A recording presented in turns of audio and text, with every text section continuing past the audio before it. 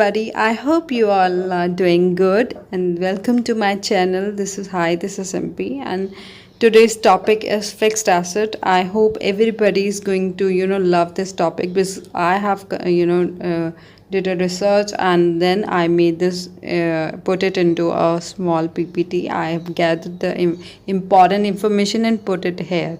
So बहुत benefit होगा अगर आप पूरा का पूरा PPT देखते हैं तो you will get to know everything about the fixed assets. So let's begin. So first is I have made a small index. It is not containing all the information but somehow it's containing little bit of it. पूरा index complete नहीं है, आगे बहुत कुछ है.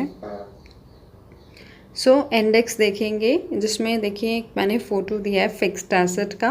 ये आपको थोड़ा सा आइडिया दे रहा है कि फिक्स्ड एसेट देखिए फ़ोन है, ट्रॉली है, एक ट्रक है, लैपटॉप है, कंप्यूटर है, देन बिल्डिंग है. तो आपको एक आइडिया मिल गया होगा कि वैसी चीज़ें हैं जो हम मतलब बहुत शौक से बनाई जाती हैं और जो जल्दी नहीं बेची जाती. एक आइडिया ही है. बाकी हम पढ़ेंगे बहुत सारा कुछ तो आपको एक अच्छा आइडिया और मिल जाएगा.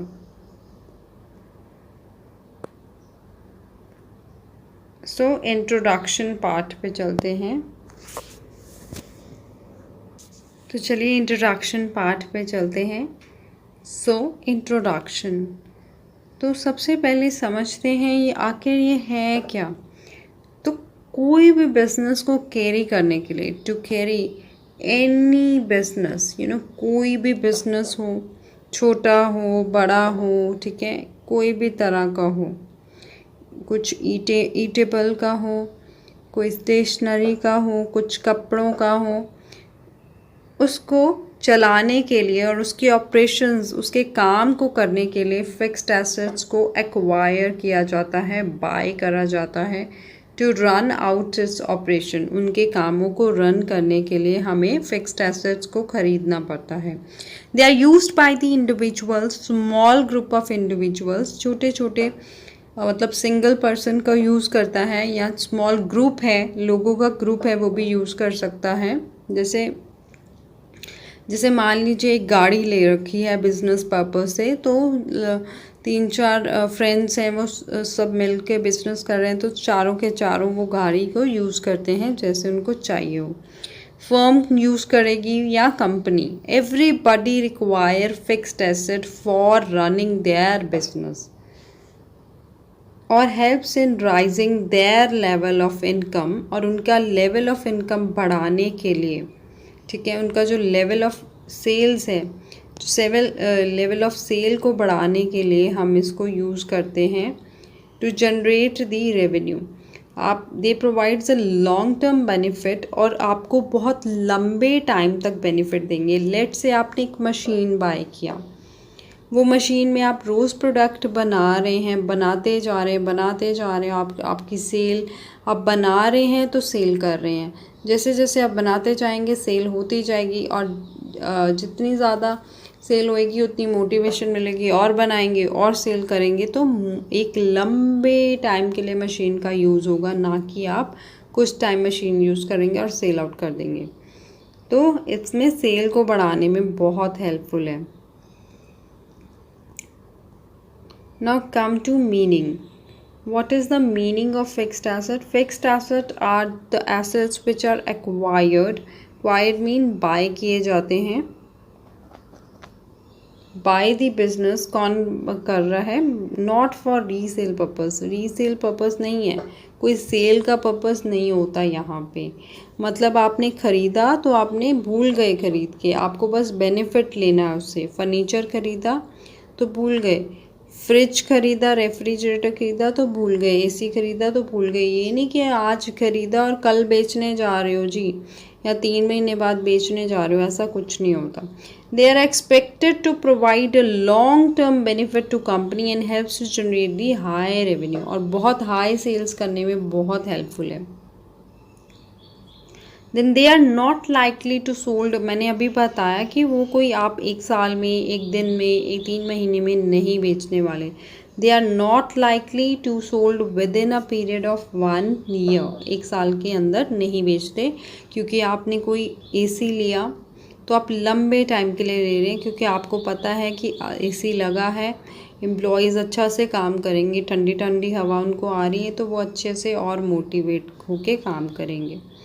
दे आर टैंजिबल मीन्स उनको आप टैंजिबल मीन्स होता है कि आप उनको टच भी कर सकते हैं। They are tangible means you can touch them, like machinery है, कैसे कैसे एसेट्स हैं, मशीनरी है, प्लांट है, आपका लैपटॉप है, एसी है, देन रेफ्रिजरेटर है, देन आपका बिल्डिंग है, etcetera. Then moving to next slide, कुछ एग्जाम्पल्स दे रखी हैं। First is land, then furniture, then equipment, then buildings है, देन फैक्ट्री है। ये 5 एसेट्स आपके पास दे रखे हैं, फिक्स्ड एसेट की फॉर्म्स है सारी की सारी। नाउ कुछ ऐसे फैक्टर्स हैं जो बहुत इम्पॉर्टेंट रोल प्ले करते हैं इनकी वैल्यूएशन में। कुछ ऐसे फैक्टर्स हैं जो बहुत इंपॉर्टेंट रोल प्ले करते हैं इनकी वैल्यूएशन में। और fixed asset help in valuation of the business and help in preparation of financial report. The factors which play an important role in current valuation of fixed assets are time factor. देखिए time जो है वो बहुत important role play करता है इनकी valuation में। कैसे कि जैसे मान लीजिए मैंने 2010 में एसेट ख़रीदा, एक्टिवा ख़रीदी, तो 2022 में उसको यूज़ किया 2022 तक, तो इस टाइम में तो जो वैल्यू है वो अप हुई होगी एक्टिवा की कि कम हो गई। आपने कोई इतने साल एक्टिवा यूज़ की हो तो उसकी वैल्यू ऑलमोस्ट नील हो गई होगी, बहुत कम। तो जो with the passage of time the value of asset decreases except land. Land की वैल्यू हमेशा अप ही होती है, अप्रिशिएट होती है, बट अदर एसेट की वैल्यू हमेशा डिक्रीज होती है। सो वेयर एंड टेयर, ये एक एक्सेप्शन था। Wear and tear means normal usage के कारण, नॉर्मल यूसेज के कारण ड्यू टू इट्स यूज़, जब आप यूज़ कर रहे हैं एक्टिवा को, आपने यूज़ किया लगातार बिजनेस पॉइंट ऑफ व्यू से, आपको यहाँ पे एक्टिवा पे माल लेने जाना है, फिर बेचने जाना है, तो आपको यूज़ कर रहे हैं तो डिक्रीज़ हो रहा है वैल्यू यूसेज के कारण, तो this is wear and tear. अब आगे चलेंगे, कुछ और भी फैक्टर्स हैं जैसे कि ऑब्सोलेंस। ऑब्सोलेंस क्या होता है कि आउटडेटेड हो गया आपका, एकदम से आपकी जो मशीन है या आपका फ़ोन है वो आउटडेटेड हो गया। Why? Because there are innovations. क्यों है ऐसा, क्यों हो गया? Because of the innovations, advancement आ गया टेक्नोलॉजी में, एकदम से बढ़िया वाला फ़ोन आ गया। तो क्यों कोई बटन वाला यूज़ करेगा? जब स्क्रीन वाला फ़ोन आ गया तो why anybody is going to use that button phone? So technology में एडवांसमेंट के कारण एकदम से जो आपकी जो मशीन थी वो क्या हो गई, ऑब्सोलेट हो गई, तो जिससे कि वैल्यू हो जो है वो ऑब्वियसली डाउन चली गई। इसके कारण वैल्यू जो है वो डाउन चला जाता है। उसके बाद नॉन यूज़, सबसे इम्पॉर्टेंट है कि अगर हम कोई एसेट का यूज़ ही नहीं कर रहे, देखिए हम एसेट को यूज़ ही नहीं कर रहे, we are not, that remains idle. Asset हमारा आइडल पड़ा है, फ्री पड़ा है, ठीक है। Asset which remains idle for longer period, idle पड़ा है फॉर लॉन्गर पीरियड, यूज़ ही नहीं कर रहे, फ्री पड़ा है, आइडल मीन्स फ्री पड़ा है फॉर लॉन्गर पीरियड, और उसके कारण यूज़लेस हो गया, रस्ट लग गई है, फॉर्म हो रही है, जंग लग गया, तो फिर इस happens mostly in case of machine and vehicles, तो फिर भी क्या होगा, डिक्रीज़ हो गया वैल्यू। आगे बहुत इम्पॉर्टेंट है stages of fixed asset. So there are various stages of fixed assets. The life of fixed asset passes through different stages which are as below. ठीक है, सबसे पहले देखिए फर्स्ट स्टेज है हमारा एक्विजिशन स्टेज, मतलब जब आप एक्चुअली में बाज़ार गए, आपने एसेट ख़रीदा, एक्वायर किया, इसको बोलते हैं acquisition stage. A new asset is purchase at it stage and recorded in the books of account. आपने नया एसेट ख़रीदा, नए आप गए मार्केट, आप मार्केट में गए, नया एसेट आपने इसी बाय किया, लेट्स से 50-60,000 का, तो उस वैल्यू मतलब उस पे आपने कॉस्ट पे ख़रीदा, तो कॉस्ट की वैल्यू जो है आपने रिकॉर्ड कर ली, दैट इज़ कॉल्ड एक्विजिशन। फिर क्या होता है, जब आप कोई एसेट को एक्वायर करोगे, ऑब्वियसली आपने बाय करा, तो अब आप यूज़ भी करोगे। जब आप यूज़ करोगे तो क्या होगा, फॉल इन वैल्यू। तो fall in value due to wear and tear से होती है, this is a decline in the value. तो वो वैल्यू, जब वैल्यू जो कम हो गई उसको बोलते हैं डेप्रिसिएशन। लेट्स से 80,000 का एक्टिवा था, तो यूज़ करने के कारण आज उसकी वैल्यू 60,000 की रह गई एक साल बाद, तो 20,000 क्या हो गया, डेप्रिशिएट। तो रीवैल्यूएशन थर्ड स्टेज है रीवैल्यूएशन। ये भी बहुत इम्पॉर्टेंट है स्टेज आपका, revaluation, that is mainly considered in case of the partnership. इसको हम कंसिडर करते हैं इन केस ऑफ पार्टनरशिप, जैसे कि कोई पार्टनर एडमिट हुआ, उसका एडमिशन हुआ, या उसकी रिटायरमेंट हो गई, वो आया था नया पार्टनर, या पुराना पार्टनर छोड़ के चला गया, तो हम कंपनी जो है, फर्म जो है, वो सारे एसेट्स को दोबारा से रीवैल्यू करती है at the current market prices. ठीक है, एट दिस स्टेज इसको बोलते हैं वैल्यूएशन। उसके बाद है एम्पायरमेंट।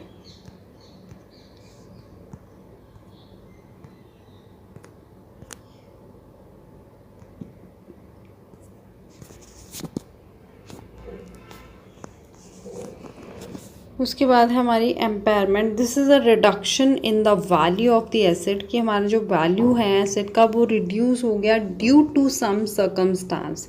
कुछ ऐसा सर्कमस्टांस हो गया या इवेंट हो गया, उसके कारण, ड्यू टू सम सर्कमस्टांसेस के कारण। उसके बाद लास्ट हमारा है डिस्पोजिशन। आई थिंक ये दिखा नहीं रही।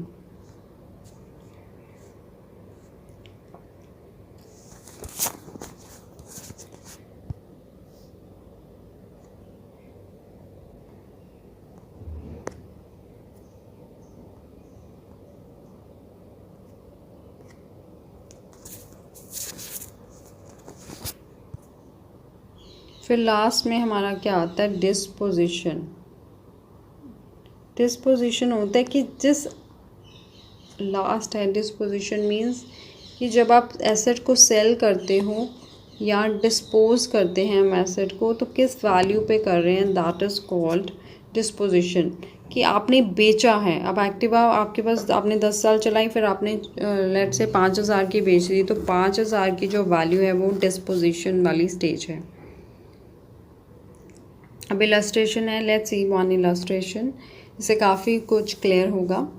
XYZ एक कंपनी है जिसने एक्वायर किया है मशीनरी को ऑन 1 अप्रैल 2021 फॉर ₹1,00,000। 1,00,000 में उसने मशीनरी को ख़रीदा। किस डेट को ख़रीदा, डेट देखिए वेरी इंपॉर्टेंट, 1 अप्रैल 21, यानी कि हमारा जो ईयर है वो 21, अप्रैल 21 से लेके मार्च 22 तक रहेगा।